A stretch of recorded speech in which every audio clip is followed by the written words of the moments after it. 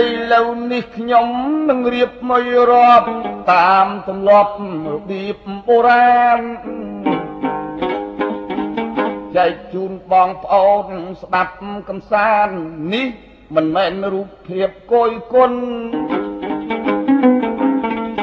ចង់យកបណ្ដាំតាក្រំងុយហើយហៅអ៊ូវែកយូនាបច្ចុប្បន្នសម្រាប់ជាសតិស្មារតីនៃមហាជនអស់លោកអស់អ្នកគ្រប់តំបន់ដែលស្នេហាវប្បធម៌បុរាណខ្ញុំប្រាជ្ញជួនចូលខ្លួនមករៀបរាប់បន្តបន្ទាប់ជូនញោមញាតិអេ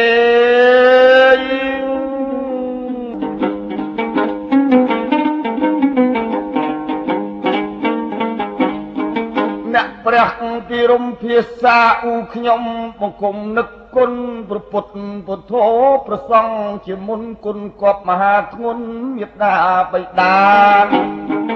ឧបជាជាធំកាលចាប់ដៃខ្ញុំឲ្យកោកេសាអនុ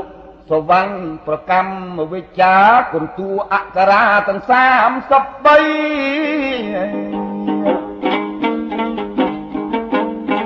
ខែចែកតើយឆ្នាំចអេចាត់ថ្វាស័កតក៏គិតកាប់ថ្មីលើកច្បាប់ប្រដៅកូនចៅប្រុសស្រីតូចក្តីធំក្តីចូលចាំគ្រប់គ្នា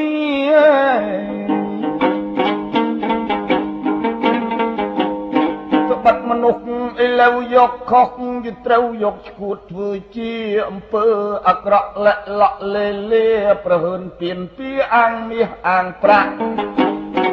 អាងប្រកាយអាងប្រាជ្ញអាងកងអាងកាយអាងកាប់អាងចាក់អាងជើងអាងដៃអាងវាយទាត់ធាក់អាងគុកច្រវាក់ម៉ាស៊ីន